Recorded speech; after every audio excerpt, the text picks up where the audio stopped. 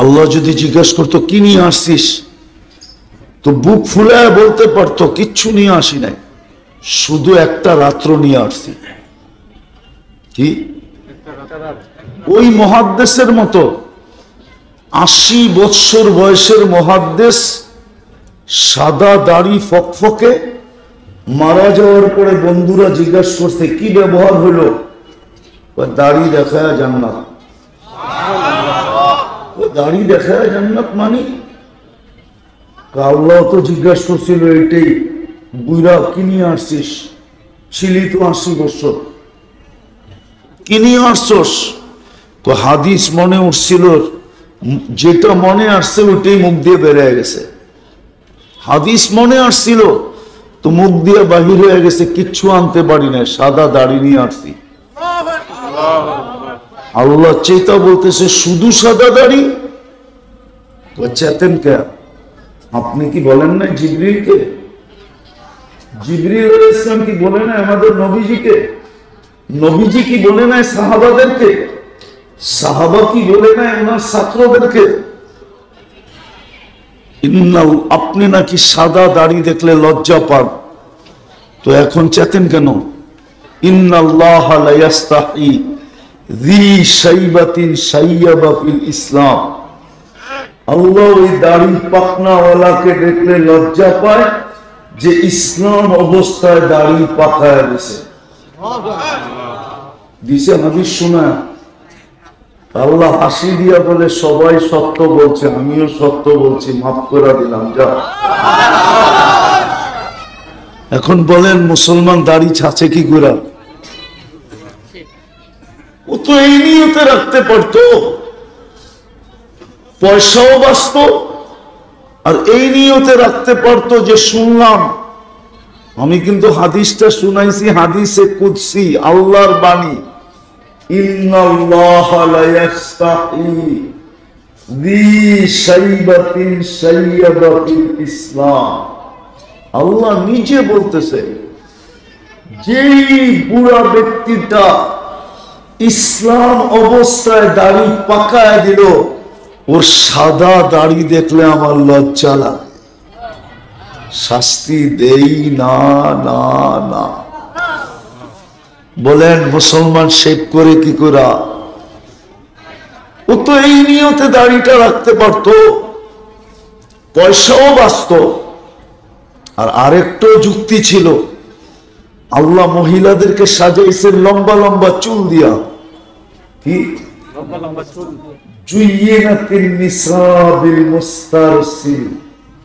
এই জন্য জান্নাতি মেয়েরা যতটুকু লম্বা হবে চুলও এতটুকু লম্বা হবে। ওটার মজাই ভিন্ন, ওটার সৌন্দর্যই ভিন্ন হবে। বেনি একরকম হবে, ছাইরা রাখলে আরেক রকম হবে, খোপা বাঁধলে আরেক রকম হবে, ডিজাইনই ভিন্ন। 120 ফিট লম্বা হবে জান্নাতি মেয়েরা, আমরাও হবো 120 ফিট ইনশাআল্লাহ। আর চুলও 120 ফিট লম্বা হবে। মেয়েদেরকে সাজাইছেন লম্বা চুল দিয়া, আর পুরুষে সাজাইছেন বিল্লুহা, যুয়্যিনাতির রিজাল বিল্লুহা। পুরুষে সাজাইছেন দাড়ি দিয়া। কি দিয়া? কি দিয়া? দাড়ি দিয়া সাজাইছেন। শুধু সাজান নাই, হ্যাঁ, দাড়ি পাকা শুরু হয়েছে ইব্রাহিম আলাইহিস সালামের জামানার থেকে, এর আগে পাকতো না। দেখেন কিতাবে সর্বপ্রথম পাকছে ইব্রাহিম আলাইহিস সালামের। তো একটা পাকার পরে সারা আলাইহিস সালাম বলতেছিল, ইব্রাহিম এই শাদিল বিয়া, এই যে সাদা সাদা কয়েকটা দেখা যায়, এটা কি ফাকলা উঠায় ফেলা? কাঁচার ভিতরে সাদা কেমন জানি দেখা যায়, ঠিক না? তো ইব্রাহিম আলাইহিস সালাম হাত নিয়ে গেছিলেন উঠায় ফেলবে, আল্লাহ উপর থেকে যাওয়া আওয়াজ দিছে, খলিল উঠেন না, হাজিহি কেরামা, আপনাকে সম্মানিত করার চিহ্ন লাগায় দিলাম।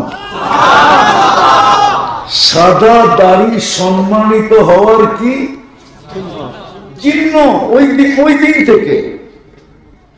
কিন্তু মুসলমান তো দাড়ি শেভ করে। রাগ হয় না, বুঝানোর জন্য বলতেছি।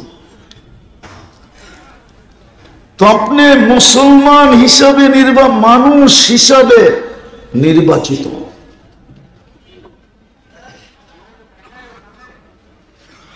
মুসলমান হিসাবেও আপনি নির্বাচিত, উম্মতে মুহাম্মদী হিসাবে আপনি আর আমি কি বাছাইকৃত। বাছাই বোঝেন? হ্যাঁ, টোকাইতে টোকাইতে টোকাইতে টোকাইতে টোকাইতে সারা দিন কাটানোর পরে এক পিস পছন্দ হয়েছে। কয় পিস? মনে হয় বোঝেন না। এই গল্লিতে ঘুরতে ঘুরতে ঘুরতে ঘুরতে ঘুরতে এক পিস পছন্দ হয়েছে। ঠিক আপনি আর আমি এরকম বাছাই করিব, বাছাই করে কপাল খোলা দিছিলেন। এই জন্যই তো আদম আলাইহিস ইসলাম বলতেছিলেন, শব্দটা যদিও শোভনীয় না, গ্রামে বইলা ফেলি, কিন্তু শহরে বললে শহরের আলেম অন্যরকম না। কি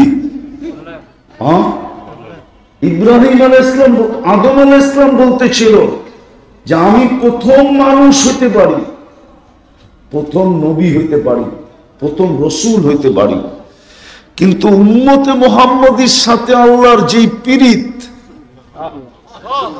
এটা কারোর সাথে নাই। পীড়িত বুঝেন? পীড়িত কি? দুনিয়া। আপনারা বুঝবেন না, যুবকরা বুঝবো।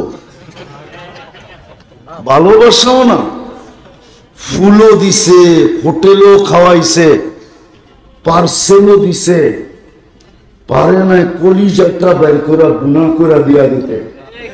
তারপরে অনুরোধ করছে, আমারে একবার হলো লেখা দিও I.U। এটার নাম হলো পীড়িত। এইবার বুঝেন ভালোবাসার স্তর কোন জায়গায় গেছে। এরকম ভালোবাসা তো বলছে প্রমাণ, একটা ভুল করলাম 350 বছর কাদায়া মাফ করলো। কয়টা ভুল? গুনাহ না, কিন্তু কি একটা ভুল করলাম। নবীরা গুনাহ করে না, নবীরা ভুল করে। কি একটা ভুল কয়শো বছর কাদায়া মাফ করলেন? কত? উম্মতে মুহাম্মাদী সারাদিন গুনাহ করবে, সারাদিন গুনাহ করবে, রাত্রে তো ডাইকা ডাইকা নিয়ে মাফ করবে।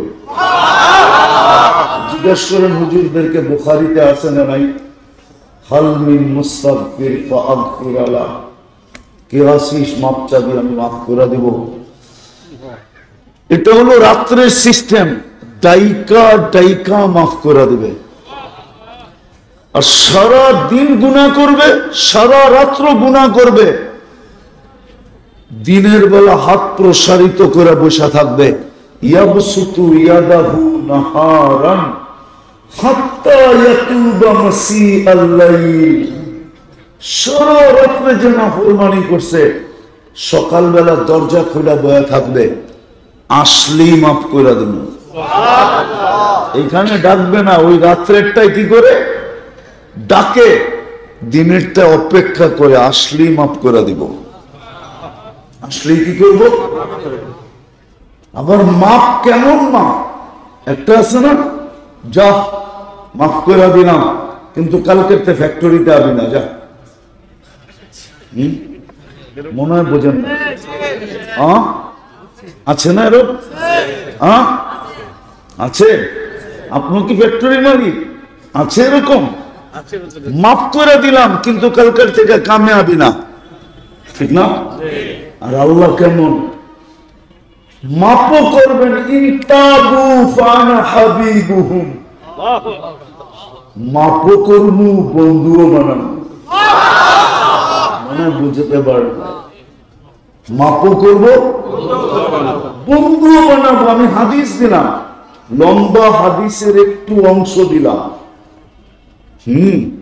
হাদিস পুরা এরকম, আহলু জিকরি আহলু মাজালিসি আহলু শুকরি আহলু জিয়াদাতি আহলু তাআতি আহলু কিরামতি আহলু মাসিয়াতি লা আকনুতুহুম মির রাহমাতি ফাইন তাবু ফাআনা হাবিবুহুম ওয়া ইন লাম ইয়াতুবু ফাআনা তাবিবুহুম উবতালিহিম ফিল মাসাইব লিউতহিরাহুম মিনাল মাআইব।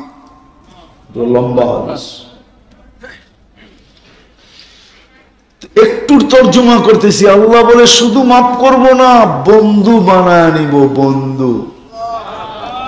আরেক জায়গায় আরো মজা করে বলছেন, মান নাদানি তালাক্কাইতুহু মিন বাঈদ, তুই আমার কাছে মাপ চাইতে দেরি, আমি যতই দূরে থাকি না কেন হাতছানি দিয়া তোকে উঠায়া বুকে নিতে দেরি করি না।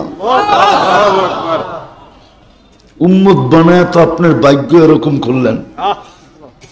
এই জন্য দাবি দাবি দাবি, হুকুম মানা ছাড়া এটা পুরা হবে না। আফসোস তো এখানেই, আজকে তো কেউ হুকুম মানতে রাজি না,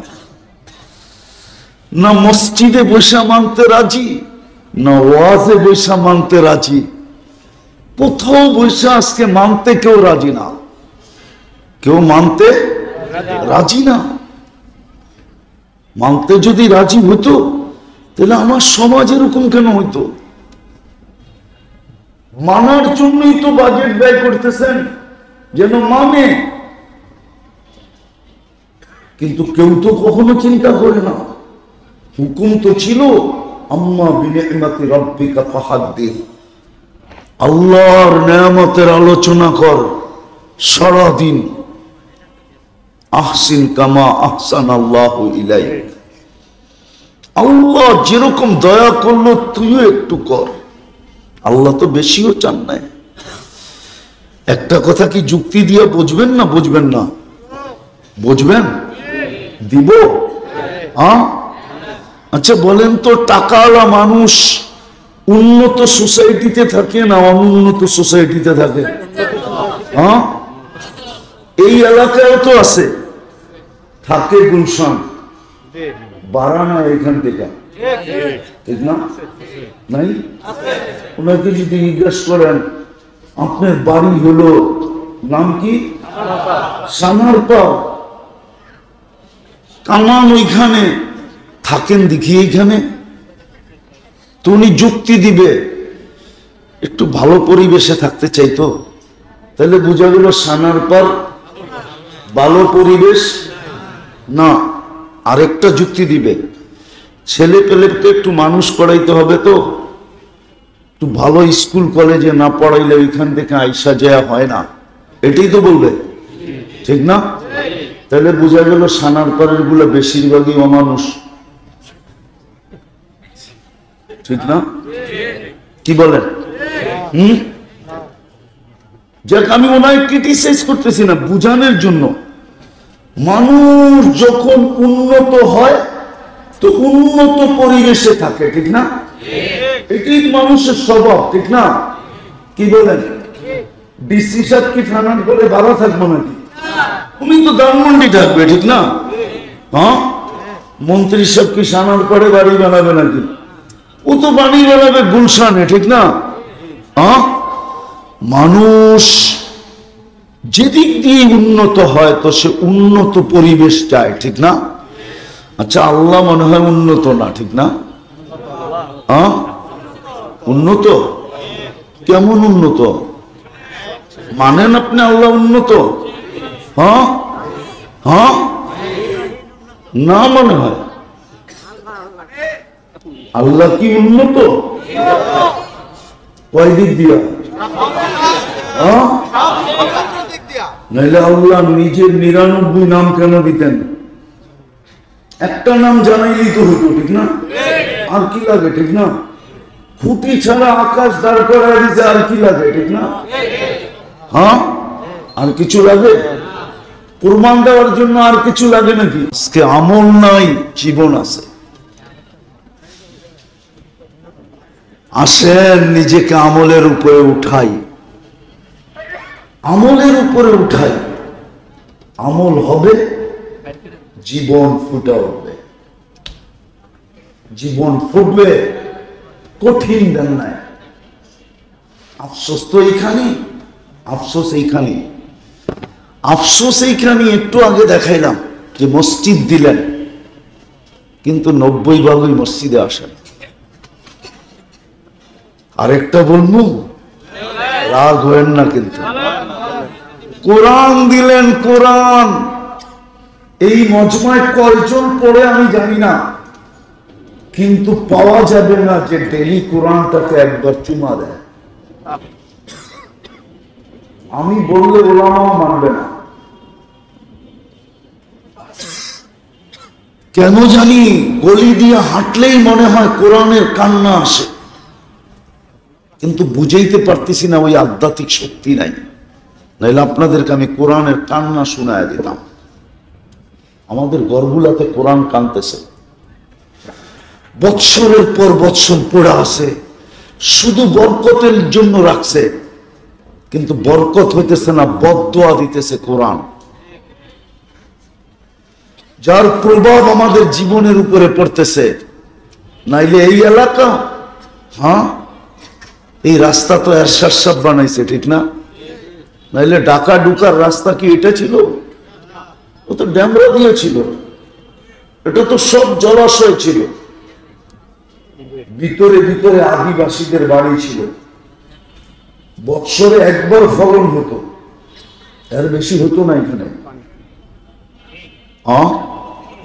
উন্নত তো 50 বছর আগের থেকে 50 গুণ না, 50 গুণ হইল, 5000 গুণ উন্নত হইল, কিন্তু জীবনে সুখের মাত্রা তো 1% বাড়ল না। বাড়ল? আদিবাসী বলুক, যদি কেউ থেকে থাকে, সুখের মাত্রা কি বাড়ল? কেন বাড়ল না? কোরআনের বদদোয়া লেগে গেছে। কোরআন ছুঁয়া দেখি না, ছুঁয়া।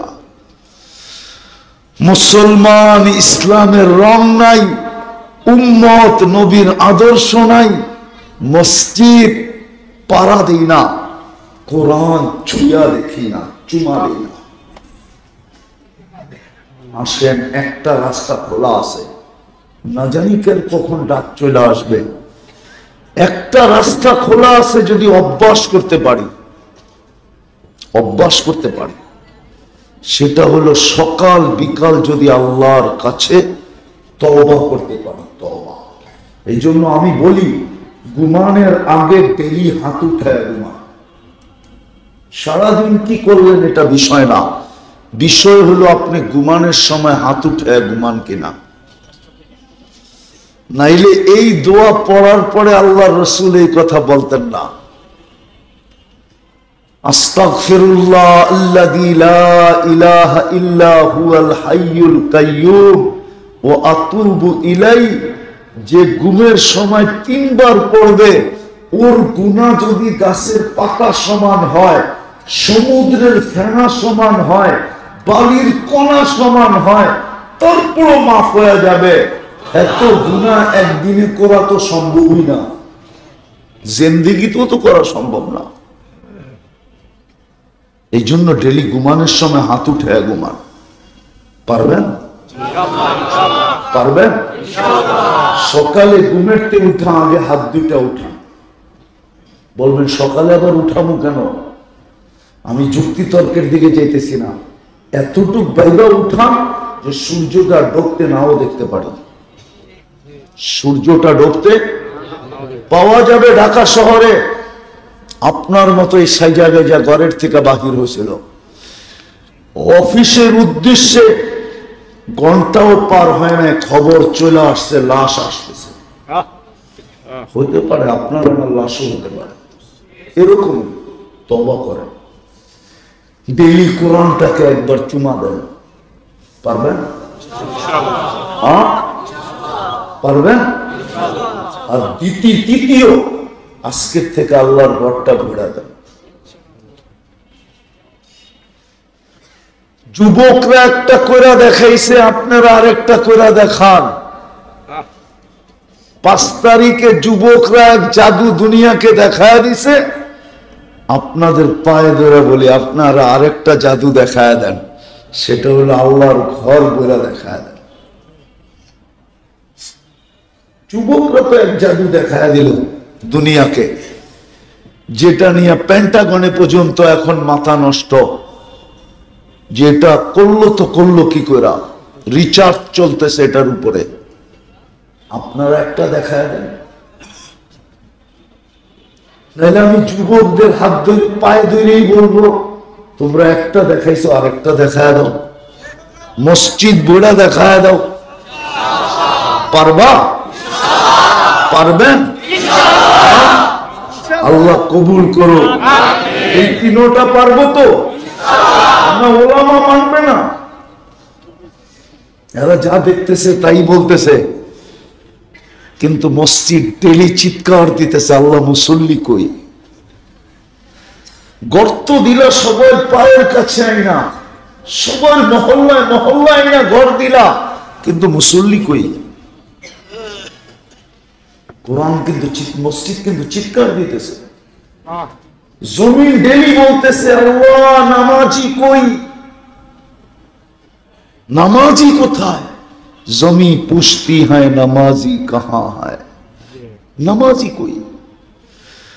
তুমি আমাকে অনুমতি দাও না, আমি তো ডেলি বলি আমারে অনুমতি দাও, আমি এগুলাকে সাইজ করে দেই, কিন্তু তুমি তো আমাকে অনুমতি দাও না, তুমি তো আমাকে অন্যটা বুঝাও। আল্লাহ নামাজি থাকলে না আমি হেলতাম না, তোমার কথা মাইনা নিতাম, নামাজি তো নাই, আমাকে অনুমতি দাও। জমিন ডেলি বলে অনুমতি দাও, নামাজি নাই। বলেন শতকরা 10% কি নামাজি? রমজানেও তো 100% হয় না, হয়? এই যুক্তি দিয়ে শেষ করতেছি, আমার জাতি যদি শুধু রমজানে 100% নামাজ পড়তো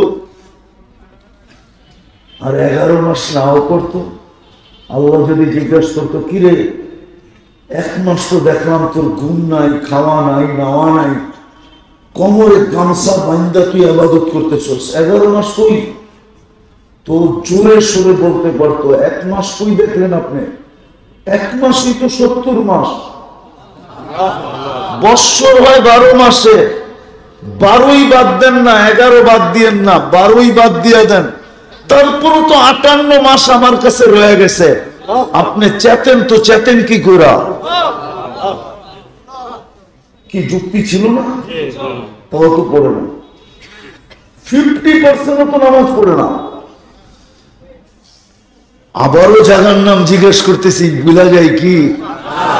সানার পাড়ের মানুষ 100% মুসলমান যদি 7 দিনও রমজানে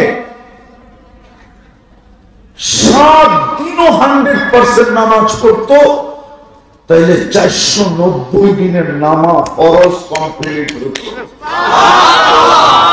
7-7-49 490 দিনের ফরজ কমপ্লিট হতো। 365 দিন যাওয়ার পরেও আরো বিরাট বড় একটা ব্যালেন্স থেকে যেত, কিন্তু আফসোস আফসোস আল্লাহ আমাদেরকে যা শুনাইলাম এর উপরে আমল করার তৌফিক দান করেন। রমজান আসতেছে, প্রস্তুতি নেন। ওমা আলাইনা ইল্লাল বালাগ।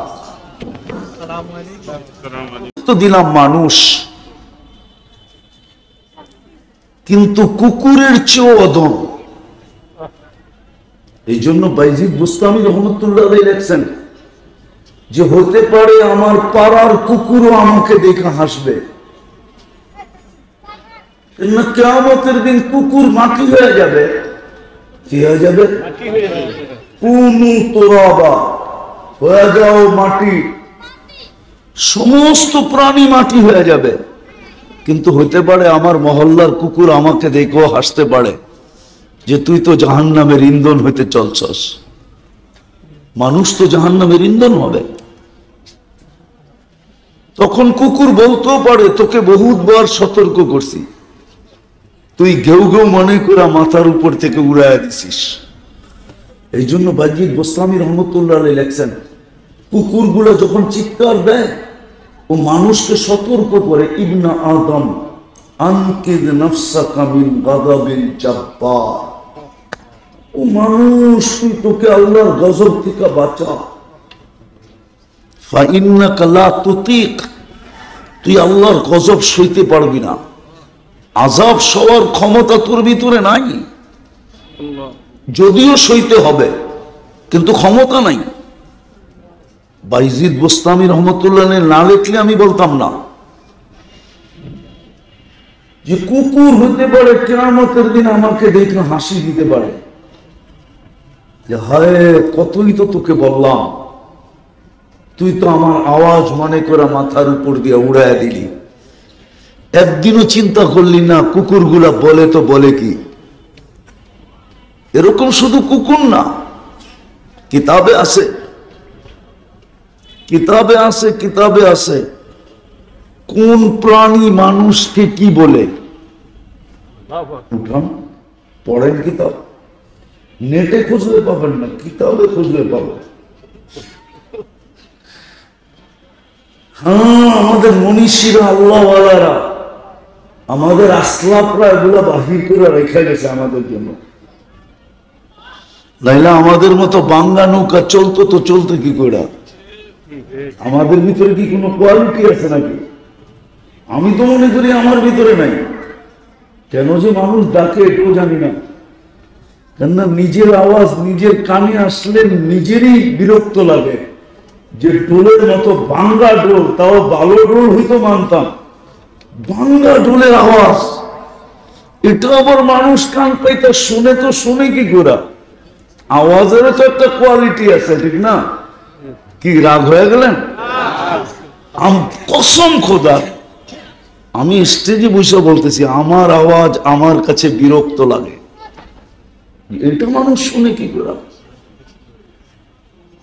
কিন্তু বললাম না একটু আগে, আমাদের বড়রা যদি বাহির করে না যাইতেন, রাইখা না যাইতেন, তাহলে আমরা চলতে পারতাম না।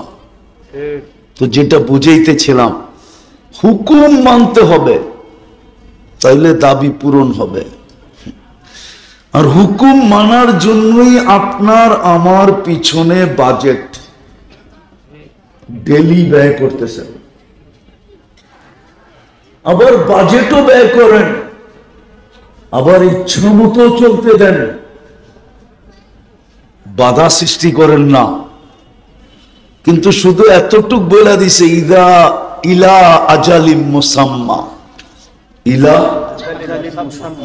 কোরআনে আছে না, নির্দিষ্ট একটা সময় পর্যন্ত চলতে দিব, তারপরে না। তারপরে কি কয়, ইলাইনা তুরজাউন, আমাদের কাছে ফিরবে। তারপরে কাল্লা তুসআলুনা আনিন নাঈম, তারপরে তোকে জিজ্ঞাসা করব আমি বাজেট কত ব্যয় করলাম, তোর সামনে খুলা ধরবো আমার এপ্রিলে বাজেট কত ছিল তোর উপরে, আমার মান্থলি বাজেট কত ছিল তোর উপরে, আমার বাৎসরিক বাজেট কত ছিল তোর উপরে, 60-70 বছর বাজেট কত ছিল তোর উপরে। তারপরে আমি প্রযুক্তি দিয়ে দাম লাগাবো, তারপরে তোকে জিজ্ঞাসা করব কি নিয়ে আসলি বল। ওই দিন আমি দাঁড় করাবো। যদিও আপনারা কোনো কোনো মাদ্রাসায় বুখারী খতমে যে শোনেন,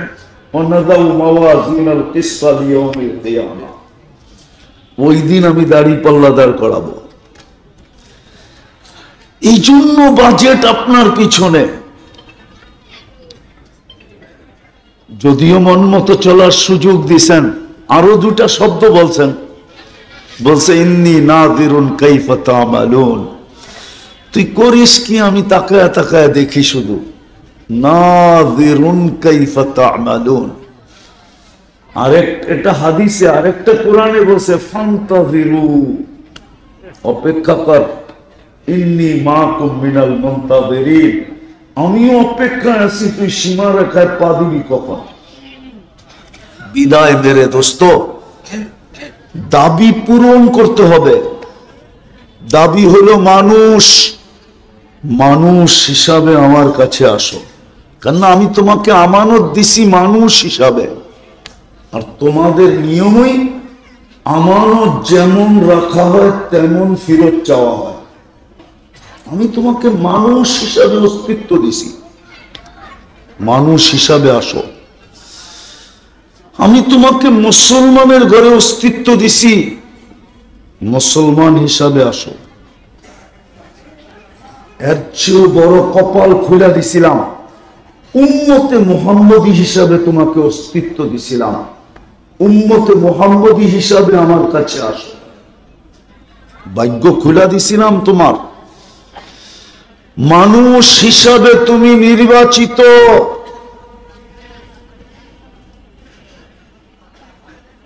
মানুষ হিসাবে তুমি নির্বাচিত, মুসলমান হিসাবেও তুমি নির্বাচিত, উম্মত হিসাবে তুমি বাছাইকৃত। বাছাই করছেন। দেখি আপনাদের যুক্তিতে আমার যুক্তি মিলে কিনা। এতটুকু ভাগ্য খুলছিলেন, এই উম্মত যদি 80 বৎসর বাঁচার পরেও 80 বৎসরের দৌড়ের মাধ্যমে একটা রাত্র যদি ধরে নিয়ে যেত, আর আল্লাহ যদি জিজ্ঞাসা করতো কত দিন ছিলি, বলতো 80 বৎসর।